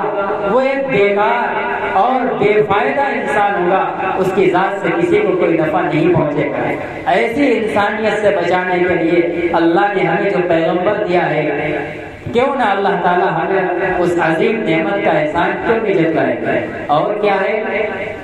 وَيُعَلِّمُهُمُ الْكِتَابَ وَالْحِكْمَةَ، اور اس نبی کا محسن ہونا اس لیے بھی ہے کہ اس نبی نے جو کتاب اللہ سے ملی اس کو سکھلا دیا، اور صرف اسی کو نہیں سکھلایا ہے بلکہ اس کو اور کھول دیا ہے۔ نماز پڑھ کر بتلا دیا، زکوٰۃ وصول کر کے اور ادا کر کے بتلا دیا، روزہ رکھ کر بتلا دیا، حج ادا کر کے بتلا دیا، یتیم کی، بیوہ کی، مسکین کی خبرگیری کر کے بتلا دیا، بے غیر محارم عورتوں کی عزت و آبرو کی حفاظت کر کے بتلا دیا، مظلوموں کی امداد رسی اور فریاد رسی کر کے عملی طور پر جو دکھلایا ہے، پورے احادیث اور سنت جس کو کہتے ہیں، اس نبی نے تمام چیزوں کو بالکل کھول کھول کر ایسا دکھلایا ہے کہ اب ہم ایمان والوں کا یہ چیلنج ہے کہ اس پوری دنیا کے اندر، دنیا چاہے ہزاروں لاکھوں کروڑوں سال اور آگے چل جائے، دنیا بہت تیزی کے ساتھ ترقی کرے، ہم جو ترقی اپنے بچپن سے لے کر آج 25-30 سال کی عمر میں دیکھ رہے ہیں، ویسی ترقی ترقی دنیا سیکنڈ کے حساب سے کرنے لگے، حالات بدلتے جائیں، ترقیات بدلتے جائیں، مسائل بدلتے جائیں، کوئی بھی مسئلہ ٹیڑھا سے ٹیڑھا، باریک سے باریک، کوئی بھی مسئلہ ایسا نہیں ہوگا جس کا قرآن و سنت کی گہرائی میں حل موجود نہ ہو۔ سب کا حل اس کے اندر ملے گا، اس لیے کہ نبی نے اپنے لوگوں کو کتاب بھی سکھلائی ہے اور حکمت بھی سکھلائی ہے، سنت سکھلائی ہے، فقہ سکھلایا ہے، اجتہاد سکھلایا ہے۔ ائمہ مجتہدین علماء ربانیین کی شکل میں ایسا وارث چھوڑا ہے کہ قیامت تک کے مسائل کا حل موجود ہے۔ اس لیے اب لوگوں کی نجات اور کامیابی آپ کے دامن میں اور آپ کا امتی بغیر ممکن نہیں ہے۔ اس لیے اللہ تعالیٰ نے ایسا لازوال، بے مثال اور بے پایا انعام ہمیں عطا فرمایا ہے کہ اللہ تعالیٰ کو حق ہے کہ اس انعام کا احسان ہمیں جتلائے۔ لقد من المؤمنین اذ بعث فیہم، اللہ تعالیٰ کا بہت بڑا احسان ہے ایمان والوں پر۔ ایک بات اور غور کیجیے گا، نبی کی بعثت پورے انسانیت کے لیے احسان ہے، لیکن اللہ صرف یہاں کہہ رہے ایمان والوں پر احسان ہے۔ کیوں؟ ایک احسان اور ایک نعمت سب کے لیے نعمت ہوتی ہے، لیکن کچھ اس نعمت کی قدر کرنے والے ہوتے ہیں اور کچھ ناقدرے ہوتے ہیں۔ جو ناقدری کر جائے تو اس کے لیے اب کیا نعمت ہے، لیکن جو قدر کر جائے احسان کی اور نعمت کا، ویسے ہی نعمت کو برتے جیسا برتنے کا حق ہے، تو گویا کہ واقعی گویا یہ نعمت اسی کے لیے اتری ہی تھی۔ تو اس لیے ایمان والوں نے اس نعمت کی قدر کیا ہے، تو گویا ان کے اوپر یہ دوہرے طریقے سے اللہ کا احسان ہو گیا۔ ایک انسانیت کے اعتبار سے ساری انسانیت کے لیے آپ انعام ہے، ہم نے قدر کر لیا، تسلیم کر لیا، پہچان لیا، گویا ہمارے لیے دوہرے احسان آپ ہو گئے۔ ایک ان کو پہچان لینا اور پہچاننے کے بعد ان کے پہچاننے کے تقاضے کے مطابق آپ کی تعلیمات پر عمل کرنا، یہ ہمیں میسر ہو جائے۔ اس لیے ہمارے اوپر یہ دوہرا احسان ہے۔ اللہ تعالیٰ نے یہ انعام اور یہ نعمت ہمیں اس وقت دی ہے جب کہ لوگ کھلی ہوئی گمراہی کے اندر تھے۔ آج بھی ہم لوگ گمراہی میں ہیں، لیکن آج کھلی ہوئی گمراہی میں نہیں ہیں۔ آج آئینہ موجود ہے، آج قدم قدم پر ٹوکنے والے موجود ہیں۔ کیوں؟ اب ضلال مبین کا، کھلی ہوئی گمراہی کا دور قیامت تک نہیں آئے گا، اس لیے کہ قیامت تک قرآن موجود ہے، قرآن ہر وقت رہنمائی کر رہا ہے۔ اس لیے کبھی کوئی دور کھلی ہوئی گمراہی کے اندر نہیں ہو سکتا۔ مجمع کے اندر ہم میں سے ہر ایک کوئی نہ کوئی گناہ کے اندر، کمزوری کے اندر، جانے یا جانے انسان ہے، غلطیوں کے اندر مبتلا ہے، لیکن ہمیں بار بار قرآن آئینہ دکھلا رہا ہے، بار بار ہمیں جھجوڑ رہا ہے، بار بار متوجہ کیے جا رہا ہے۔ اس لیے بار بار ہمارے پاس مواقع ہیں پلٹنے کے، سدھرنے کے، اپنے اندر احساس جگانے کے۔ لیکن اس ماحول میں جب نبی کی بعثت ہوئی تھی، اس سے پہلے ان کو آئینہ دکھانے کا کوئی ذریعہ موجود نہیں تھا، بس گمراہی گمراہی تھی، اچھائی کا کوئی نمونہ ہی نہیں تھا کہ جس کو دیکھ کر پہچانا جا سکے کہ یہ برائی ہے۔ لڑکیوں کو زندہ دفن کرنا اس کوئی گناہ تھوڑی سمجھتا تھا، شراب پینا کوئی گناہ تھوڑی تھا، جوا کوئی گناہ نہیں تھا، نسل در نسل لڑائی کی وصیت کرنا کوئی گناہ نہیں تھا۔ کیوں گناہ نہیں تھا؟ اس لیے کہ سامنے ان کو دکھلانے والا کوئی آئینہ نہیں تھا۔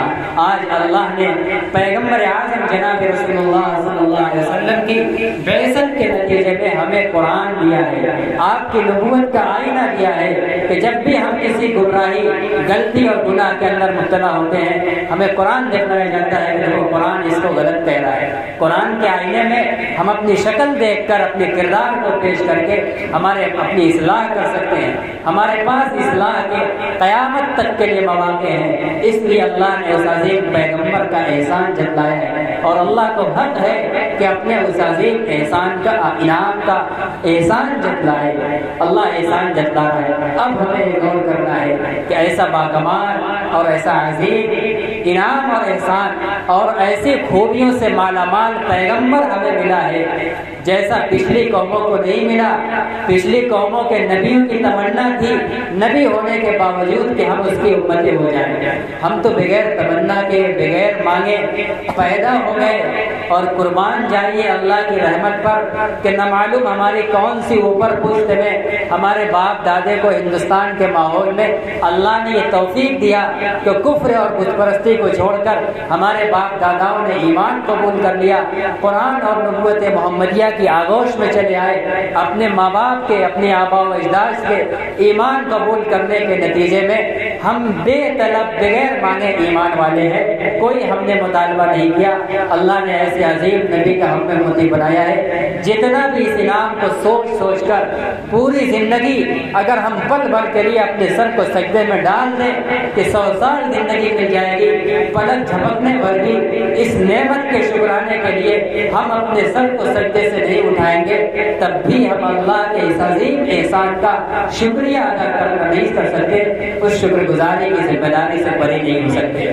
اللہ نے ایسا پیغمبر دیا ہے، اس نبی کی محبت ہمارے دین کا حصہ ہے، اس کی حقیقت ہمارے دین کا حصہ ہے۔ لا یؤمن احدکم حتی یکون احب الیہ من والدہ وولدہ والناس اجمعین۔ ہم اس وقت تک معتبر مومن نہیں ہو سکتے جب تک کہ آپ کی محبت ہمارے اپنی جان سے، ہماری اولاد سے، ہماری بیوی سے، بچوں سے، تمام انسانی رشتہ داریوں سے زیادہ محبت جب تک اللہ کے اس عظیم محسن کی، اللہ کے اس عظیم انعام کی، نبی آخر الزمان صلی اللہ علیہ وسلم کی محبت نہیں ہوگی، اللہ کی قسم ہم ایمان والے نہیں ہو سکتے۔ ایمان تو محمد کی محبت دین حق کی شرط اول ہے، اگر اسی میں ہے خامی تو سب کچھ نامکمل ہے۔ یہ دین کی بنیاد کی پہلی شرط ہے، اگر محبت ہی نہیں ہوگی تو ہم ایمان کیوں قبول کریں گے؟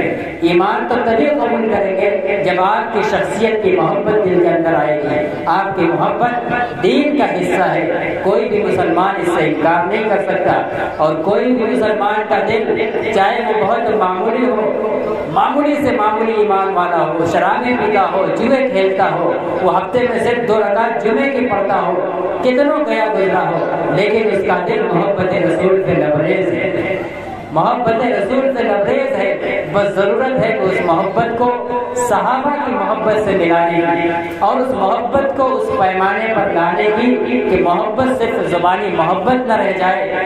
جو بعثت کا مقصد ہے تلاوت کتاب، تزکیہ قلوب و نفوس اور تعلیم کتاب و حکمت، اللہ کے احکام اور مسائل کو سیکھنا، اس کے مطابق عمل کرنا، نبی کی تعلیم کو زندہ کرنا، جو مقصد ہے وہ مقصد پر عمل ہم سے ہو جائے، اس کے تقاضے پر ہم چلنے والے بڑھ جائیں، یہ اس محبت کا تقاضا ہے۔ جب تک اس تقاضے کو ہم پورا نہیں کریں گے وہ کامل محبت نہیں ہے، وہ ناقص محبت ہے بلا شبہ، وہ بھی ایمان کا حصہ ہے، لیکن کمال مطلوب ہے۔ ہمارا نبی ہر اعتبار سے کامل ہے، اپنے ایک ایک وصف کے اعتبار سے کامل ہے، تو ہماری محبت بھی صرف زبانی نہیں چلے گی۔ کامل نبی کی محبت بھی امتیوں کے دلوں میں کامل محبت چاہیے، صرف ناقص محبت اے وہ محبت جو سال کے 1-2 دن ہم کو جھجوڑ دے، جگا دے، چند نعرے لگوا دے، کچھ خرافاتی کام کروا دے، کچھ رسومات و بدعات میں مبتلا کرا دے، وہ محبت معتبر نہیں ہے۔ کامل نبی کی محبت کامل چلے گی، اور اس کامل کا آئیڈیا اور نمونہ صحابہ ہے، اولیاء کرام ہے، بزرگان دین ہے، علماء ربانیین ہے، اہل سنت والجماعت کے سرخیل اور اکابرین ہیں، ان کے دلوں کے اندر جو محبت ہے، اور اس محبت کے نتیجے میں ان کی زندگی کا جو کردار ہے، ان کا جو اعمال ہے، ان کے جو اخلاق ہیں، ان کی جو عبادتیں ہیں، اور ان کا جو انسانیت کے ساتھ سلوک و برتاؤ ہے، زندگی گزارنے کا جو ایک نرالا طور طریقہ ہے، ہم اس کو جب اپنائیں گے تو صحیح معنوں کے اندر ہم نبی سے محبت کرنے والے بنیں گے، ورنہ زبانی محبت ہم کو کافی نہیں ہے، اور ہم صرف اس پر قناعت کرنے والے نہیں بن سکتے کہ نبی تو ہمیں ملے کامل، اور اس کامل نبی سے ہم تمام چیزوں کی کامل امیدیں لگائے بیٹھے ہوں، لیکن اس سے تعلق ناقص ہو، اور اس کی بعثت اور آمد کا جو اصل مقصد ہو وہی ہماری زندگی سے فوت ہو تو یہ نہیں چلے گا۔ تلاوت کتاب، اپنے دل کو پاک و صاف کرانا، اللہ والوں کی صحبت میں جانا، تاکہ دل سے اللہ کے علاوہ نکل جائے، اللہ کی خالص محبت و عظمت اس طرح بیٹھ جائے کہ رسول اللہ کی تعلیم اور ان کی حکمت اور ان کی سکھلائی اور بتلائی ہوئی باتوں پر عمل کرنا اور ان کی منع کی ہوئی باتوں سے بچنا ہمارے لیے اتنا آسان ہو جائے جتنا کہ ہمارے لیے ہوا سے فائدہ اٹھانا آسان ہے، پانی کے قطرے اتارنا حلق سے آسان ہے، اس سے زیادہ نبی کی تعلیمات کو زندہ کرنا، پھیلانا اور اس پر عمل کرنا آسان ہے۔ موٹے موٹے چند لفظوں میں، چند منٹ میں ایک دو بات بیان کر کے بات کر بڑھتا ہوں۔ آپ صلی اللہ علیہ وسلم کی محبت بلا شبہ فرض عین ہے، فرض عین ہے۔ خالی رکھ کر اس سے کسی کا ایمان معتبر نہیں ہو سکتا۔ اور پھر محبت کے جو تقاضے ہیں کہ کچھ آپ نے دیے ہیں، محبت دلیل مانگتی ہے، کچھ تقاضا مانگتی ہے۔ صرف زبان سے محبت، ایک اولاد اپنے باپ سے زبان سے محبت کا نعرہ بھرے، دم لگائے، چیخے چلائے، دنیا بھر میں ڈورا پیٹے کہ مجھے اپنے باپ سے محبت ہے، باپ سے محبت ہے، لیکن باپ کہے کہ بیٹا یہ کام کر دو، کہ نہیں کریں گے، کیا باپ کا دل خوش ہو جائے گا کہ ہاں بیٹا سب سے چلاتا پھرتا ہے کہ مجھے اپنے باپ سے محبت ہے؟ اور قریب میں حال یہ ہے کہ جب کوئی کام کرتا ہے کہتا ہم نہیں کریں گے، کہاں ایسے کرو تو اس کے الٹے کرے گا، فلاں کام مت کرو تو وہ کرے گا۔ کیا اس باپ کا دل اپنے باپ، اس بیٹے کے جو اس کی محبت کا چرچا کر رہا ہے، اس کے چرچے سے خوش ہو جائے گا، نعرے بازی سے خوش ہو جائے گا؟ ہرگز وہ باپ خوش نہیں ہوگا، بلکہ جہاں وہ چرچا کر رہا ہے، باپ کو خبر لگے کہ اماں کیا وہ تم لوگوں کو بیوقوف بنا رہا ہے، الو بنا رہا ہے، تم لوگوں کے آگے رٹ لگاتا ہے کہ باپ سے محبت ہے، تم لوگ اس کو باپ کا کیسا عاشق سمجھتے ہوگے؟ آؤ گھر کے اندر اس کی ماں سے پوچھو، جب بھی کوئی کام کرتے ہیں تو اس کے خلاف کرتا ہے، کوئی بات نہیں مانتا، ٹوٹے ہوئے دل سے وہ شکایت کرے گا۔ جن لوگوں کے بیچ میں وہ نعرے لگا رہا تھا باپ کی محبت کا، کیا وہ بھی بدزن نہیں ہوں گے؟ وہ بھی بدزن ہو جائیں گے۔ تو ہمارا حال ایسا نہ ہو کہ ہم نبیوں سے محبت کا صرف گلیوں میں چوراہوں پر نعرہ لگانے والے بن جائیں، بھیڑ میں چیخنے والے بن جائیں، لیکن جب تنہائی میں، جب آپ کی کسی تعلیم پر عمل کا تقاضا ہو، اذان ہو رہی ہے مسجد میں حاضری کا تقاضا ہو، کوئی مظلوم سسک رہا ہے اس کی مدد کا موقع ہو، رمضان کا موقع ہو، روزہ رکھنے کا تقاضا ہو، شراب سامنے رکھی ہے، نہ پینے کا تقاضا ہے کہ نہیں پینا ہے، ان مواقع پر اگر نبی کی تعلیم پر عمل نہیں ہے تو ان چوراہوں کی محبت، ان چوراہوں کی بھیڑ چیخنا اور چلانا کوئی فائدہ رکھتی نہیں، اس کا کوئی اجر و ثواب نہیں ملے گا، بلکہ ان بھیڑوں کے نتیجے میں جو بہت سی مخلوقات پر تکلیف پہنچ رہی ہے، مخلوق کی ایذا رسانی کا وبال الٹے ہوگا، اور وہ گھناؤنا اور ایذا رسانی کا کام جو نبی کے نام پر کیا جا رہا ہے، دنیا کیا میسج دے رہی ہوگی کہ ان کے نبی نے کیا سکھلایا ہے۔ ہم نبی کی پاکیزہ تعلیم اور ان کے پاکیزہ کردار اور غیر قوموں کے آگے اپنی بد کرداری کا جو آڑ لگائے ہوئے ہیں، دوسرے لوگوں کو نبی کو پہچاننے سے جو آڑ بنے ہوئے ہیں، اس کا وبال بھی قیامت میں ہمیں بھگتنا پڑے گا۔ اس لیے نبی کی صحیح محبت پیدا کریں، اور اس محبت کے کچھ تقاضے ہیں۔ قاضی ایاز مالکی رحمۃ اللہ علیہ، انہوں نے سیرت پر ایک کتاب لکھی ہے، شفا بحقوق المصطفیٰ، عربی کی۔ انہوں نے عام سیرت کی کتابوں کی طرح ولادت کے واقعات اور غزوات اور آپ کے کردار یہ بیان نہیں کیا ہے، بہت مختصر میں بیان کر کے اس میں انہوں نے پوری ضخیم موٹی کتاب یہ بیان کیا ہے کہ آپ کی محبت فرض عین ہے، تو اس محبت کے نتیجے میں آپ کا امت پر حق کیا بنتا ہے، ان کے حقوق کیا ہے، حضرت مصطفیٰ صلی اللہ علیہ وسلم کے امت پر حقوق کیا ہے، اس کو بیان کیا ہے۔ جب تک ہم ان حقوق کو ادا نہیں کریں گے، ہماری محبت کا دعویٰ ان اللہ قابل قبول اور معتبر نہیں ہوگا۔ وہ کیا ہے، سردن ذکر کر کے بات ختم کروں گا۔ پہلا حکم ہے توقیرہ و تعظیمہ صلی اللہ علیہ وسلم، آپ کی عظمت اور احترام کرنا، آپ کی محبت اور عظمت کرنا، آپ کا احترام کرنا، آپ کی ذات کا احترام صحابہ کرام نے پایا، وہ کرتے تھے۔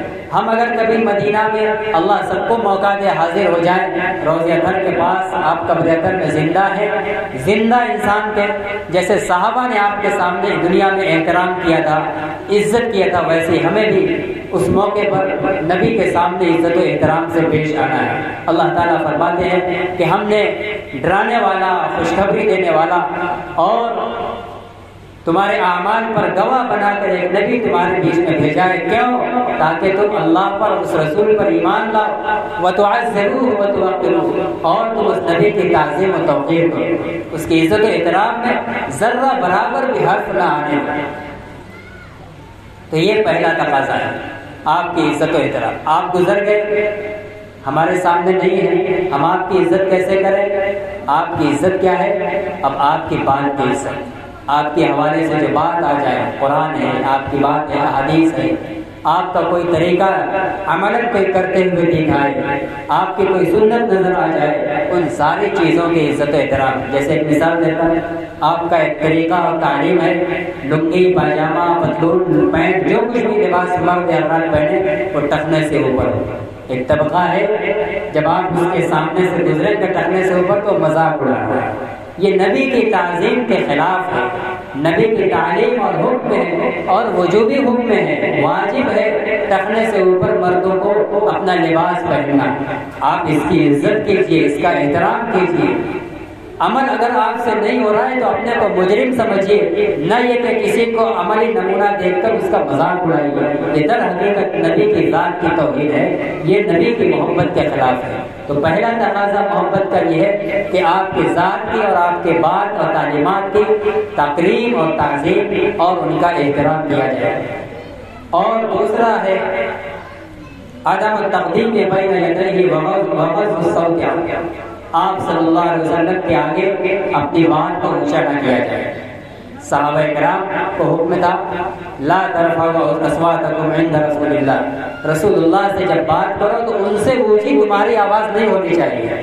وہ جتنی آواز میں بات کریں تمہاری آواز اس سے ہلکی اور پست ہونا چاہیے. صحابہ نے اس پر عمل کیا. ہمارے سامنے تو نبی کی ذات نہیں ہے لیکن موقع ہے. مدینہ طیبہ جب روضہ اطہر پہ حاضری دیں گے تو وہاں ہمارے لیے یہی حکم ہے کہ وہاں بہت آہستہ بات کرنا ہے. جیسے ہم اپنی جگہوں پر چیختے چلاتے ہیں، کسی کو دور سے بلانا ہو تو یہیں سے خوب زور چلائیں گے کہ وہاں تک آواز پہنچ جائے. آپ کی ذات کے سامنے مدینہ طیبہ میں موجود ہوتے ہوئے یہ بے ادبی ہے، محبت کے خلاف ہے. لیکن حج کے دنوں میں بھیڑ کے اندر غفلت کی وجہ سے بہت سے حجاج سے بے ادبی ہو جا رہی ہے، آوازیں بلند ہو رہی ہیں، چیخنا چلانا ہو رہا ہے، بھیڑ میں دھکی دھکا ہو رہا ہے. یہ محبت کے خلاف ہے. وہ ادب کی جگہ ہے، بہت سنبھل کر چلنے کی جگہ ہے. اور آپ کے آگے اپنی بات کو آگے نہ رکھا جائے. صحابہ کی عادت تھی جب کوئی بات آپ کہتے تھے، جب تک صراحتاً آپ حکم نہیں دیتے تھے، رائے نہیں مانتے تھے، صحابہ بولتے نہیں تھے. صحابہ یہی کہتے تھے اللہ و رسول اعلم.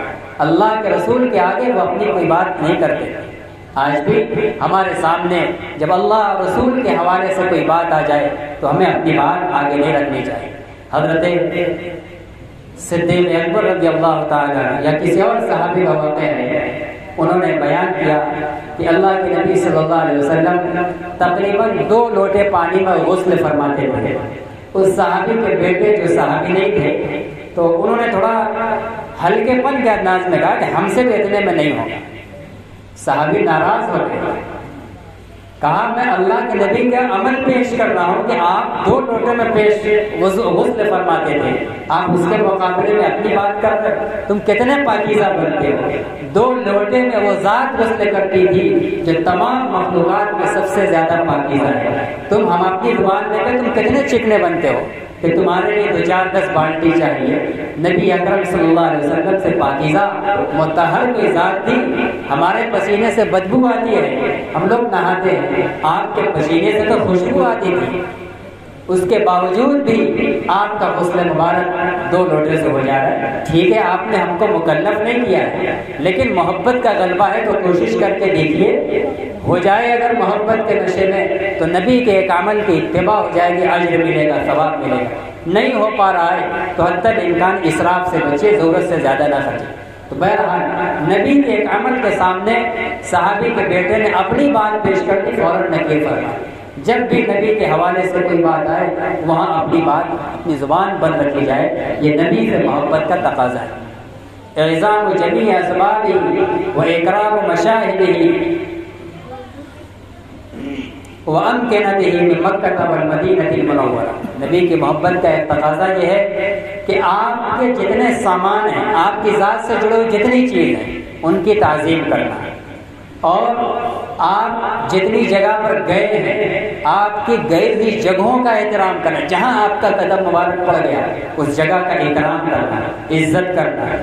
اور جو آپ کا وطن ہے، مکہ بھی وطن رہا ہے، مدینہ بھی وطن رہا ہے، ان جگہوں کے دل میں عظمت اور احترام رکھنا یہ آپ سے محبت کا تقاضا ہے. صحابہ نے محبت عظمت کی ہے.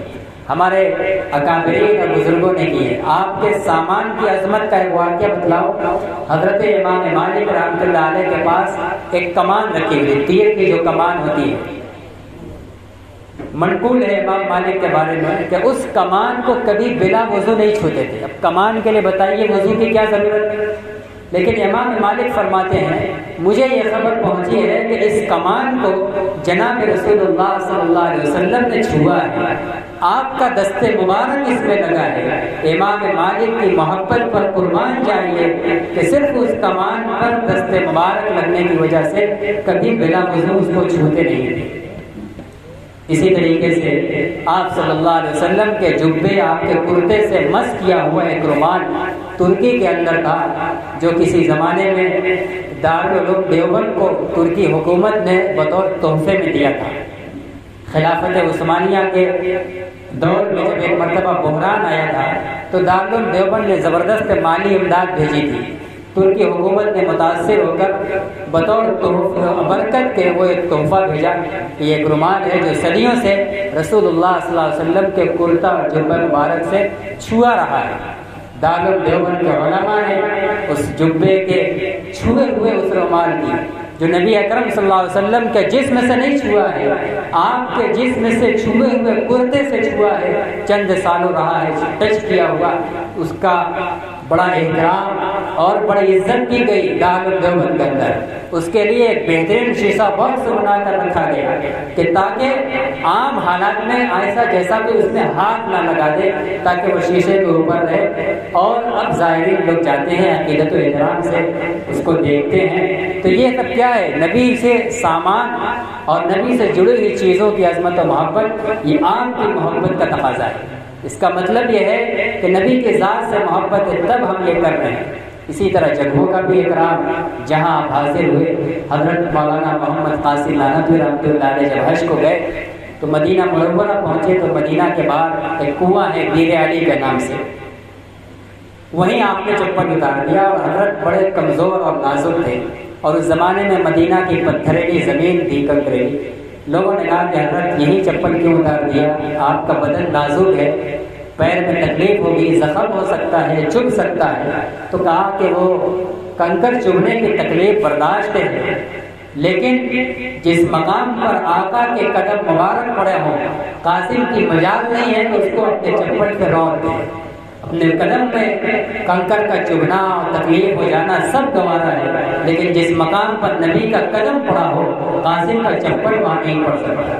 یہ ہمارے اکابر، ہمارے بزرگ، ہمارے اسلاف، یہ تھی نبی کے جگہوں سے، اور نبی جس جگہ قدم رکھ دیا ان جگہوں سے محبت، یہ آپ سے محبت کا تقاضا ہے۔ اور ایک تقاضا چوتھا یہ ہے کہ جب نبی سے محبت ہے تو اس کا ایک تقاضا یہ ہے کہ آپ کے ہر صحابی سے محبت ہو، آپ کے اہل بیت کے ہر فرد سے محبت ہو، یہ آپ سے محبت کا تقاضا ہے۔ کسی ایک صحابی سے بھی ادنا دل کے اندر نفرت اور قدورت ہے، اس کا مطلب یہ کہ نبی کی محبت ناقص ہے، نبی سے محبت کامل نہیں ہے۔ اگر نبی سے محبت کامل ہے تو صحابہ اور اہل بیت سے کامل محبت کرو۔ اور پانچویں چیز الاقتداء بھی، آپ کی پیروی کرنا، آپ نے جن کاموں کے کرنے کا حکم دیا اس کو کرنا، جن سے منع کیا اس سے باز رہنا، آپ کی اطاعت کرنا۔ اسی طریقے سے ایک تقاضا ہے بغض من ابغض اللہ ورسولہ، اللہ رسول سے جو نفرت رکھے آپ بھی اس سے نفرت رکھیے، یہ نبی سے محبت کا تقاضا ہے۔ ایسا نہیں کہ دعویٰ ہے نبی سے محبت کا، اقرار ہے نبی سے محبت کا، لیکن دوستی ہے نبی کے دشمنوں سے۔ نبی کے جو دشمن ہیں ان سے دل کے اندر نفرت ہونی چاہیے، یہ نبی سے محبت کا تقاضا ہے۔ کثرت ذکر ہی، اور ساتواں تقاضا ہے کثرت سے آپ کا ذکر کرنا، یہ محبت کا تقاضا ہے۔ صرف ربیع الاول کے مہینے میں نہیں، پورے سال کثرت سے ذکر کیجیے، کثرت سے تذکرہ کیجیے۔ آپ کی ولادت کا واقعہ، غزوات کا واقعہ، نبوت کے پیغام کو عام کرنے کا واقعہ، تبلیغ دین کی راہ میں جو تکلیفیں اٹھائی وہ واقعات، آپ کی زندگی اور تذکرہ کسی بھی پہلو سے یہ کثرت سے تذکرہ ہونا چاہیے۔ سال میں ایک دو بار کوئی کام کرنے کو ہم لوگ کثرت کہتے ہیں، انگنت کام کیا جائے، اتنا کیا جائے کہ وہ اس کو گن نہ سکے، اس کو کثرت کہتے ہیں۔ 2-4 مرتبہ کوئی کام کرنے کو کثرت نہیں کہتے. اس لیے ایک تقاضا آپ سے محبت کا یہ ہے کہ کثرت سے آپ کا ذکر مبارک کیا جائے، آپ کے کسی بھی پہلو کو بیان کیا جائے، یہ آپ کا ذکر مبارک. کثرت و شوق یہ نہ لیتا ہے. 8ویں چیز ہے آپ سے ملاقات کا بکثرت شوق. دل کے اندر ہر وقت تمنا ہو کہ اللہ تعالیٰ ہمیں اس حالت میں وفات دیں، ایسی ہماری پاکیزہ موت ہو کہ ہمارے آخرت میں ہمارے آقا سے ہماری ملاقات ہو، حوض کوثر میں ملاقات ہو، جنت میں ہمارا ایسا ٹھکانہ ہو کہ وہاں ہماری ملاقات ہو. ورنہ اگر خدا نہ کرے ہم بدعملی کا شکار رہے تو حوض کوثر سے بھی محروم ہو جائیں گے، اور جب جنت میں نہیں جائیں گے تو آپ سے ملاقات و دیدار کہاں ہوگا. اس لیے ایک مومن جس کے دل کے اندر نبی کی محبت ہے تو اس کے دل کے اندر آپ سے ملاقات کا تقاضا ہونا چاہیے. اس پر صحابہ کے واقعات کا ذکر کروں گا، بات لمبی ہو جائے گی. بہرکیف ہمارے دل کے اندر یہ تمنا ہر وقت ہونی چاہیے کہ ہمارا عمل اور موت ایسی ہو کہ حوض کوثر پر ملاقات ہو، جنت میں بار بار ملاقات ہو. 9ویں چیز ہے الشفقۃ علی امتہ والسعی فی مصالحہ. نبی سے محبت کا ایک تقاضا یہ ہے کہ نبی کی امت کے لوگوں پر شفقت کیجیے، اور شفقت ایک یہ ہے کہ ان کو اچھائی بتلائیے، برائی سے روکیے. برائی کر رہے ہیں، آپ کا اتنا اثر ہے کہ ہاتھ پکڑ کے رو سکتے ہیں، ہاتھ پکڑ کے روکیے. زبان سے کہہ سکتے ہیں، زبان سے کیجیے. ان کو روکنے کی کوشش کیجیے. کسی اور سے کہلوا سکتے ہیں، کسی اور سے کروائیے. امت کے ساتھ ایک شفقت یہ ہے. اور اسی طرح ان کے مصلحت کے کاموں کے لیے کوشش کرنا. کوئی مظلوم ہے، کوئی پریشان حال ہے، اس کی مدد کر دینا. کوئی بے ڈھنگا ہے، اس کا کوئی کام بنا دینا. کوئی کام کرانا چاہتا ہے، جس جگہ سے اس کا کام ہونا ہے وہاں اس کی پہنچ نہیں ہے، ہمارا اور آپ کا تعلق ہے، آپ بھی وہاں تعلق کے بنا پر اس کی سفارش لگا کر کام کروا دیں. تو نبی کی امتیوں کے ساتھ یہ خیر خواہی کا جذبہ، یہ نبی سے محبت کا تقاضا ہے. اگر نبی کے امتی کے ساتھ خیر خواہی نہیں ہے دل میں تو نبی کی محبت بھی نہیں ہے. نبی کی محبت کا اقرار اور اس کا دعویٰ یہ جھوٹا دعویٰ ہے. اگر واقعی نبی سے محبت ہے تو نبی کے امتیوں کی مصلحت کے موقع پر، ضرورت کے موقع پر خیر خواہی، ہمدردی دینی اور دنیاوی ہر اعتبار سے دل کے اندر ہونی چاہیے. آخری اور 10واں تقاضا ہے کثرت الصلاۃ والسلام علیہ. نبی پاک علیہ الصلاۃ والسلام پر کثرت سے درود و سلام بھیجنا. کوئی وقت نہیں ہے، نمازوں میں ہم پڑھتے ہیں ٹھیک ہے، اور کچھ اوقات بنا لیے ٹھیک ہے، لیکن کوشش یہ کی جائے کہ خوب کثرت کے ساتھ نبی پاک صلی اللہ علیہ وسلم پر درود پڑھا جائے، سلام پڑھا جائے. درود و سلام کے لیے ان الفاظ کا انتخاب کیا جائے خود زبان مبارک سے رسول اللہ صلی اللہ علیہ وسلم نے سکھلایا ہے. آپ کا مقام بہت بلند ہے، آپ پر درود و سلام بھیجنے کا اللہ حکم دے رہا ہے، تو آپ کی شان کے مطابق ہم الفاظ کا انتخاب نہیں کر سکتے. اس لیے کہ جس ذات پر درود و سلام بھیجنا ہے وہ سراپر کامل ہے اور ہم بھیجنے والے ناقص ہیں. بھلا ناقص آدمی کامل آدمی کے حق کو کیسے ادا کر سکتا ہے؟ اس لیے اس ذات سے اللہ نے صلاۃ و سلام کے الفاظ بھی سکھلوائے ہیں، درود سکھلوایا ہے، سلام سکھلوائے ہیں. حدیث کی کتابوں کے اندر آپ ایک عوامی کتاب ہے فضائل اعمال، اس کے فضائل درود شریف پڑھیے. اس کے اندر جتنے درود و سلام ہیں سب زبان نبوت سے نکلے ہوئے ہیں. زبان نبوت سے نکلے ہوئے الفاظ کو جب ہم پڑھیں گے تو ان الفاظ کے اندر ایک نور ہوتا ہے، وہ نور کے اثرات دل کے اندر پیوست ہو گئے. ورنہ ہم اپنی زبان میں اپنے الفاظ میں بھی درود پڑھ لیں، معنی صحیح ہے تو درود کی عبادت ادا ہو جائے گی، لیکن تاثیر نورانیت میں اضافہ ان الفاظ سے ہوگی جو زبان نبوت سے نکلے ہوئے ہیں، جو رسول اللہ کے سکھلائے ہوئے ہیں. درود ابراہیمی ہے، بہت سے چھوٹے بڑے درود ہیں، اور سلام کے الفاظ جو آپ کے سکھلائے ہوئے ہیں وہ التحیات ہیں. التحیات یہ پورا یہ سلام ہے نبی اکرم صلی اللہ علیہ وسلم. اور آج افسوس ہے کہ ہم لاکھوں سلام اور کروڑوں سلام اپنی زبان میں کیا کیا پڑھتے ہیں، لیکن التحیات کے صرف نماز میں پڑھتے ہیں. نماز کے بعد کبھی وظیفے کے طور پر خیال نہیں آتا کہ آج ہمیں 100 مرتبہ سلام پڑھنا ہے اور اس 100 مرتبہ میں آپ پورا تحیات پڑھیں، کبھی خیال نہیں آتا، جبکہ یہ وہ کلمات ہیں سلام کے جو حضرت محمد رسول اللہ کی زبان مبارک سے نکلے ہوئے۔ کیا ہماری زبان سے نکلے ہوئے الفاظ نبی اکرم صلی اللہ علیہ وسلم کے نکلے ہوئے زبان سے نکلے ہوئے نورانی الفاظ کا مقابلہ کر سکتے ہیں؟ ہرگز نہیں۔ اس لیے حتی الامکان ان الفاظ کا انتخاب کیجیے جو زبان نبوت سے نکلے ہوئے۔ یہ آپ کا ایک آخری حق ہے۔ محبت کا تقاضا یہ ہے کہ کثرت سے درود و سلام بھیجا جائے، کثرت سے درود و سلام آپ کے اوپر پڑھا جائے، یہ آپ کی محبت کا تقاضا ہے۔ اگر ہم ان تقاضوں پر عمل کر رہے ہیں جس کے اندر تمام چیزیں شامل ہیں، تب مانیے کہ ہماری محبت معتبر ہے، کامل ہے۔ اور پھر یہ حدیث یاد رکھیے جو حضرت مفتی صاحب نے خطبہ میں پڑھی تھی، اس کا ترجمہ رہ گیا، لا یؤمن احدکم حتی یکون ہواہ تبعا لما جئت بہ۔ تم میں کا کوئی شخص اس وقت تک مومن نہیں ہو سکتا جب تک کہ اس کے تمام خواہشات، اس کے خیالات، اس کے ارمان، اس کے جذبات نبی اکرم صلی اللہ علیہ وسلم کی لائی تعلیمات، آپ کی ہدایات، آپ کی سنت اور شریعت کے مطابق نہیں ہو جائیں گے، تب تک ہمارا ایمان معتبر نہیں ہوگا۔ ہمارا شادی، ہمارا بیاہ، ہمارا خطنہ کی تقریب، ولیمے کی تقریب اور عقیقے کی تقریب اور مختلف بے اسباب کی تقریب، جتنے مواقع ہیں، ملاقات، زیارت، ساری چیزیں، سب کچھ حتیٰ کہ دین سیکھنا سکھانا، دین پھیلانا پھیلوانا، دین کو عام کرنا، یہ ساری چیزیں ہمارے تمام اعمال، حرکات و سکنات جب تک ہو بہو حضرت محمد رسول اللہ صلی اللہ علیہ وسلم کی پاکیزہ تعلیمات، آپ کی پاکیزہ سیرت، آپ کی ہدایات، آپ کی سنت و شریعت کے مطابق نہیں ہو جائیں گے، اللہ کے نبی فرما رہے ہیں کہ تمہارا ایمان معتبر نہیں ہو سکتا، تمہارا ایمان کامل نہیں ہو سکتا۔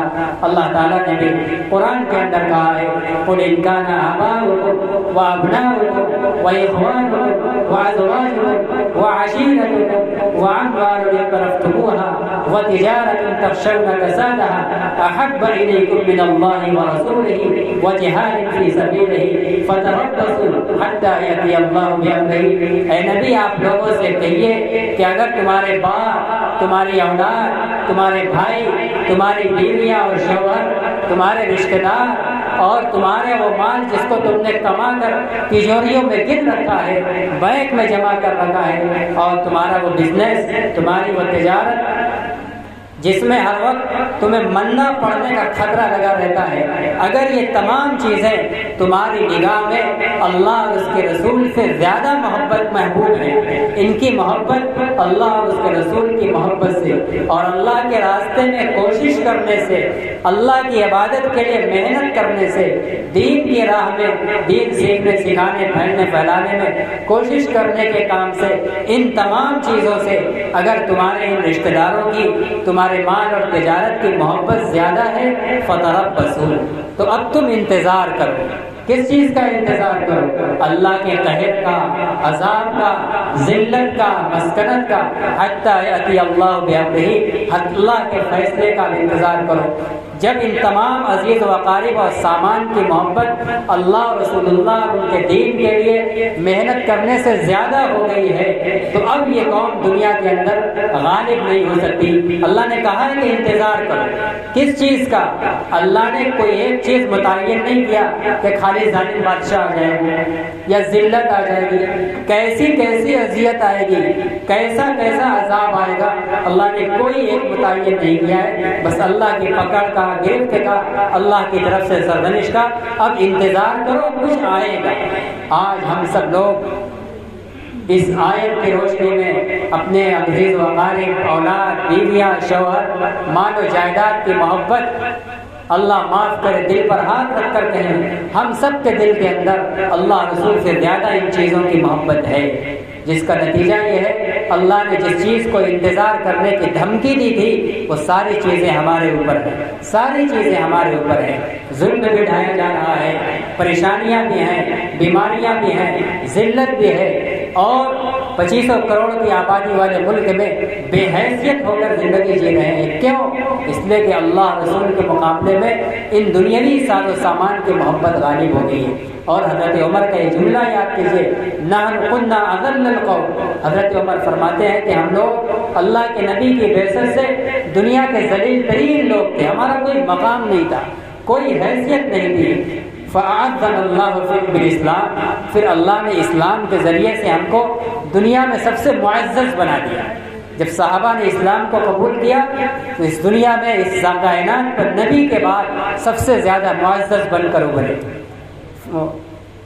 فَإِذَا نَطْلُبُ الْعِزَّةَ بِغَيْرِ اسْلَامٍ، حضرت عمر فرماتے ہیں کہ پھر آگے کبھی اگر ہم عزت اسلام کے علاوہ دوسری چیزوں میں تلاش کریں گے، ہم چاہیں گے کہ عزت یہودیوں کے طریقے میں ہے، عیسائیوں کے طریقے میں ہے، عزت جیسے تیسے حرام و حلال، جوا اور شراب سب کے جمع کر لینے میں ہے، عیاشی کرنے میں ہے، فحاشی کرنے میں ہے، اسلام کے خلاف کاموں کے اندر جب ہم عزت کو تلاش کریں گے فَالْعَظَمْ اللَّهُ، تو اللہ تعالیٰ ہم کو پھر ذلیل کرے گا. حضرت عمر کی یہ پیشین گوئی بلا شبہ ہمارے اوپر فٹ آ رہی ہے. ہم نے عزت کو اور سربلندی کو اسلام کے علاوہ میں ڈھونڈا ہے. ہم کو سنت میں اور نبوی تعلیمات میں ذلت نظر آتی ہے. نبوی تعلیمات میں ہماری عزت ملیامٹ ہوتے ہوئے دکھائی دیتی ہے. ہم فیشن کے طریقے پر اور نئی روش پر یہود و نصارہ سے آئی ہوئی، غیروں سے آئی ہوئی طریقہ زندگی کو اپناتے جا رہے ہیں، اسی کو فخر سمجھتے ہیں. ہم بال رکھتے ہیں، یہودیوں کے طرز کا فخر کر رہے ہیں، اور نبوی تعلیم کے مطابق بال رکھنا اچنبے کی نگاہ سے دیکھ رہے ہیں، ذلیل سمجھ رہے ہیں. حضرت عمر نے کہا تھا جب بھی کبھی ہم مسلمان عزت و آبرو اور سربلندی اسلام کے علاوہ دوسرے طریقوں میں ڈھونڈیں گے، اللہ ہم کو پھر ذلیل کرے گا. اس لیے کہ ہم اسلام سے پہلے ذلیل تھے، اسلام سے ہمیں عزت ملی ہے، اور آئندہ جب تک ہم اسلام سے مضبوط رہیں گے، اسلام ہمارے اندر پیوست رہے گا، ہم دنیا کے اندر بلند و بالا ہوتے رہیں گے. اللہ تعالیٰ ہم تمام لوگوں کو اپنا جو عظیم احسان ہے نبی آخر الزمان صلی اللہ علیہ وسلم کی ولادت اور بعثت کے نتیجے میں، اللہ اس انعام کی ہمیں تازندگی قدردانی کرنے کی، اور اس انعام کے تقاضے پر اور اس نبی کی محبت دل میں حقیقی طور پر بسانے کی، اور اس محبت کے تقاضے پر پوری زندگی ہم سب کو گزارنے کی توفیق اور سعادت عطا فرمائے. وآخر دعوانا الحمدللہ رب العالمین. دعا فرمائے. اللهم صل على محمد النبي الأمي وعلى آله وسلم تسليما. ربنا ظلمنا أنفسنا وإن لم تغفر لنا وترحمنا لنكونن من الخاسرين. واعف عنا واغفر لنا وارحمنا أنت مولانا فانصرنا على القوم الكافرين. ربنا آتنا في الدنيا حسنة وفي الآخرة حسنة وقنا عذاب النار. رب اجعلني مقيم الصلاة ومن ذريتي ربنا وتقبل دعاء. ربنا اغفر لي ولوالدي وللمؤمنين يوم يقوم الحساب. اللهم إنا نسألك حبك وحب رسولك وارزقنا اتباع سنة نبيك محمد صلی اللہ علیہ وسلم. یا اللہ ہم سب کے گناہوں کو معاف فرما. یا اللہ ہم سب کے جمع ہونے کو قبول فرما. یا اللہ اس اجلاس کے منعقد کرنے والے کو قبول فرما. اس میں کسی بھی طرح کا تعاون کرنے والے کے تعاون کو قبول فرما. ان کے تعاون کا، ان کی محنتوں کا یا اللہ دارین میں بہترین بدلہ عطا فرما. یا اللہ ہم سب کو دین کی ان معمولی سی کوششوں کا بہترین بدلہ عطا فرما. اور سب سے بہترین بدلہ یہ ہے کہ یا اللہ ہم سب کو اپنے عظیم پیغمبر کی سچی اور کامل محبت عطا فرما، اور اس عظیم پیغمبر کی محبت کے نتیجے میں، محبت کے تقاضے پر 100% عمل کی توفیق نصیب فرما. آپ کی تعلیم کے خلاف، آپ کے مشن کے خلاف کوئی خرافات، کوئی بیہودہ حرکت کرنے سے یا اللہ ہم سب کی پوری امت کی حفاظت فرما. یا اللہ ہمارے بیماروں کو شفا عطا فرما. یا اللہ ہمارے قرض داروں کی قرض کی ادائیگی کی سبیل پیدا فرما. یا اللہ بے روزگاروں کو حلال اور پاکیزہ اور کشادہ روزی عطا فرما. یا اللہ تمام مسلمانوں کے روزی روزگار کے کاروبار کے اندر خوب برکت پیدا فرما. یا اللہ سب کے کاروبار کو حرام کی آمیزش سے محفوظ فرما. مشتبہات سے سب کو بچنے کی توفیق عطا فرما. حلال اور طیب پاکیزہ کمانے کی اور پاکیزہ کھانے کی ہم سب کو توفیق عطا فرما. اور اپنے نبی کے دین کے تقاضے پر زندگی کا ایک ایک پل گزارنے کی ہم سب کو سعادت نصیب فرما. یا اللہ آج اس محفل کے اندر جو تیرے نبی کا تذکرہ ہوا ہے، یا اللہ اس تذکرہ کرنے کو، تذکرہ سننے کو یا اللہ قبول فرما۔ یا اللہ اس مجلس کے انعقاد کا جو لوگ ذریعہ بنے، یا اللہ سب کو قبول فرما۔ یا اللہ یہ ہماری زندگی کا آخری تذکرہ نہ بنا، یا اللہ ہمیں بار بار موقع بموقع اپنے محبوب کا ذکر کرتے رہنے کی، ان کے اداؤں کو یاد کرتے اور بیان کرتے، سنتے اور سناتے رہنے کی، اور عملی اداؤں پر عمل کرنے کی توفیق عطا فرما۔